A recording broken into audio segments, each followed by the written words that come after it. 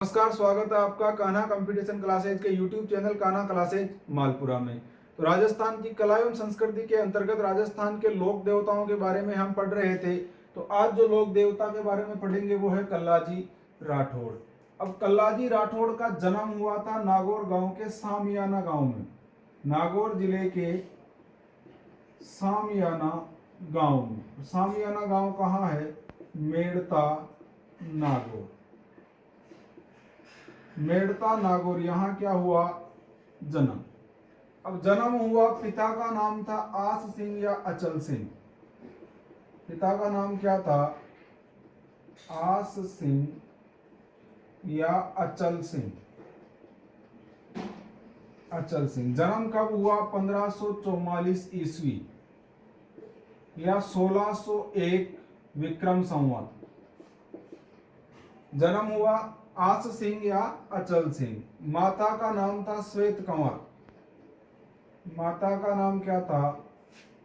श्वेत कंवर। इनके ताऊ यानी बड़े पापा, ताऊ का नाम था जयमल राठौड़। ताऊ जयमल राठौड़।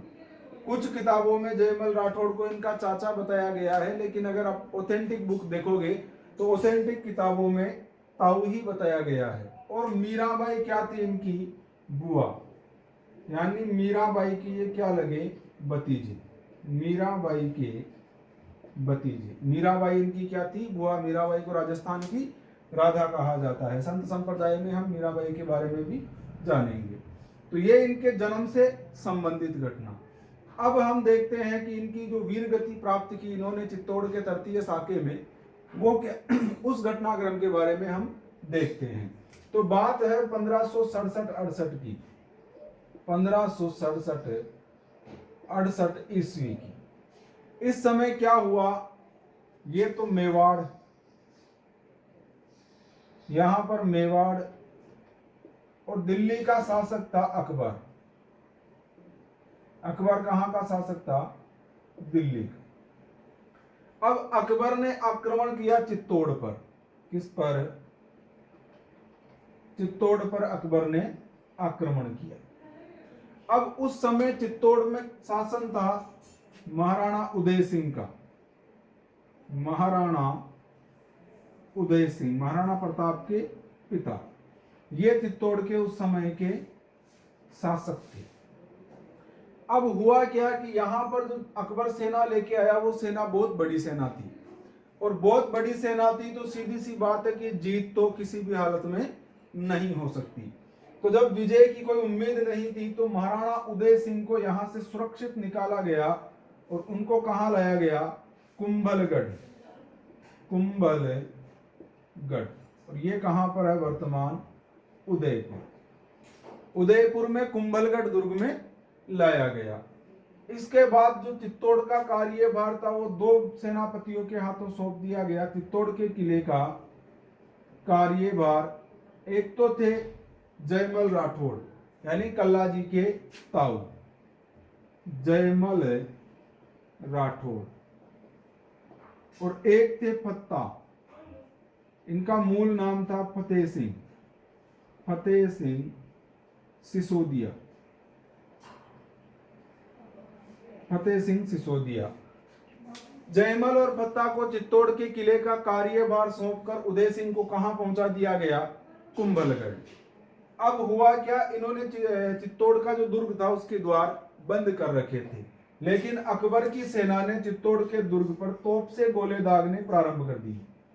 अब तोप से जब गोले दागे गए तो चित्तौड़ के दुर्ग की दीवारें क्षतिग्रस्त होने लग गई। अब जब दीवारें क्षतिग्रस्त होने लग गई तो दीवारों की मरम्मत का कार्य किसे दिया गया? जयमल को। दीवारों की मरम्मत जब जयमल करवा रहे थे तब कहते हैं कि जयमल के पैर में एक गोली आकर लगी। गोली पैर में। कुछ तीर भी कहते हैं, कुछ गोली भी कहते हैं। और गोली किससे चली? एक बंदूक का नाम है संग्राम सिंह। संग्राम सिंह नामक बंदूक से। और संग्राम सिंह किसकी बंदूक थी? अकबर की बंदूक थी। अकबर की बंदूक। अब संग्राम सिंह नामक बंदूक से गोली आके लगी जयमल राठौड़ के पैर में, और जयमल राठौड़ इस तरह से घायल हो गए कि वो चलने फिरने में असमर्थ हो गए। और जब चलने फिरने में असमर्थ हुए और युद्ध जब सामने था, तब इन्होंने क्या किया, जयमल और फत्ता ने चित्तौड़ के दरवाजे खोल दिए किले के। महिलाओं ने जोहर किया और पुरुषों ने केसरिया किया। और इसी केसरिया में वीर कल्ला जी ने जयमल राठौड़ को अपने कंधों पर बिठाया और कंधों पर बिठाकर युद्ध लड़ा। और जब युद्ध लड़ा, कंधों पर बिठाकर इन्होंने क्या किया, युद्ध लड़ा। इसलिए इनको कहा जाता है चार हाथों वाले देवता। चार हाथों वाले देवता, यानी उस युद्ध के अंदर जिस तरह से इन्होंने युद्ध लड़ा, ऊपर जयमल राठौड़ बैठ गए, दो हाथ इनके और दो हाथ इनके, तब ये कहते हैं कि साहब ये चार हाथों के द्वारा प्रकट हुए थे युद्ध भूमि में। और इन्हीं को कहा जाता है शेष नाग का अवतार। शेष नाग का अवतार। और भी इनके कई नाम है, केसरिया, कमध्वज, कल्याण, इन नामों से इनकी पूजा की जाती है। जयमल को गोली लगने के बाद जब इन्होंने कंधे पर बिठाया जयमल को, तब ये क्या कहलाए, चार हाथों वाले देवता और शेषनाग का अवतार। शेषनाग का अवतार इन्हें माना जाता है, तो इनकी जगह एक नाग की पूजा की जाती है, यानी नाग के जो फन होता है, फन में इनका चेहरे की फोटो लगा दी जाती है और वैसे इनकी पूजा की जाती है। किस युद्ध में, चित्तौड़ के तृतीय साके में इन्होंने वीरगति को प्राप्त किया। इनके गुरु थे भैरवनाथ, सिद्ध योगी भैरवनाथ। गुरु का नाम क्या था, भैरवनाथ। और इन्हें आयुर्वेद का भी अच्छा ज्ञान था। कल्ला जी को आयुर्वेद व योग का अच्छा ज्ञान था, अच्छा ज्ञान था। आज भी इनका जो मंदिर है, वहां पर जो भोपे होते हैं, वो तलवार से लोगों की बीमारियों का, भूत प्रेत वगैरह और भी जो कष्ट होते हैं लोगों की, उसका इलाज करते हैं। अब देखेंगे इनके मंदिर कहाँ कहाँ पर है। अब यदि हम मंदिर की बात करें तो एक मंदिर है रनेला या रुंडेला। ये इनके जागीर का गांव था, रनेला या रुंडेला। यहां पर है इनकी सिद्धपीठ, सिद्धपीठ। और यहीं पर इनकी पत्नी महासती कृष्णा जी का मंदिर भी है। महासती कृष्णा जी का मंदिर। ये कौन थी, पत्नी। अब आप कहोगे कि साहब इनकी शादी नहीं हुई थी, तो पत्नी कहां से आई। हुआ यूं कि इनका जो रिश्ता तय हुआ था वो महासती कृष्णा जी से तय हुआ था। अब जब रिश्ता तय हो गया महासती जी से, लेकिन अब इनकी जो मृत्यु कहाँ हुई, चित्तौड़ के तृतीय साके में। तब कहते हैं कि ये अपने कबंध, कबंध बोलते हैं दड़ को, कबंध, कबंध किसको बोलते हैं, दड़ को, यानी बिना सिर वाला शरीर क्या कहलाता है, कबंध। ये अपने कबंध के साथ लड़ते हुए कहां पहुंच गए थे, कृष्णा जी के पास, और वहां जाके इनकी मृत्यु हो गई थी। इसलिए महासती और कृष्णा जी इनके साथ सती हो गई। तो महासती कृष्णा जी का मंदिर भी यही है और इनकी सिद्धपीठ भी यही है। दूसरा जो इनका मंदिर है वो है सामलिया, सामलिया गांव, और ये वर्तमान में पड़ता है डूंगरपुर।